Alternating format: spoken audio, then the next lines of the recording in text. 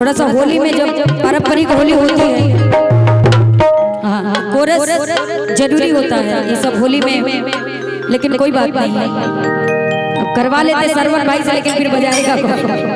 फिर पता चलेगा आगे चल के यो गाने लगेंगे, ढोलक बजाना छोड़ देंगे, क्योंकि सबको पता चल गया है कि 4 गो गाना लेके गायक स्टार बन जा रहे हैं। आप लोग दिन रात लगे है ना, तो अभी आप बजा लो।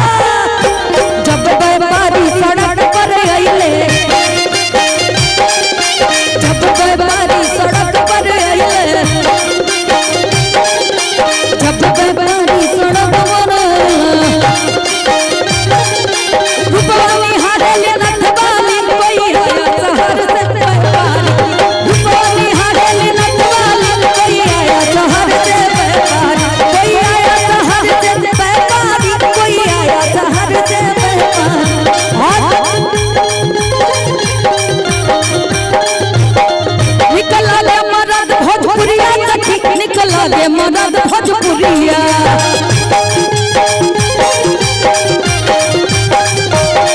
निकला दे मदद भोजपुरिया सखी, निकला दे मदद भोजपुरिया।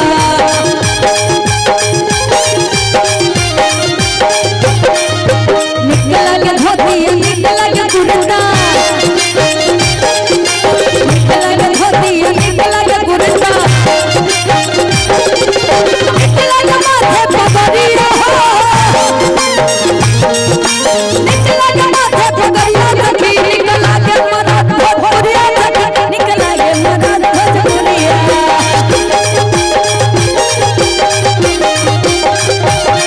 निकला के मदद भोजपुरिया सखी, निकला के मदद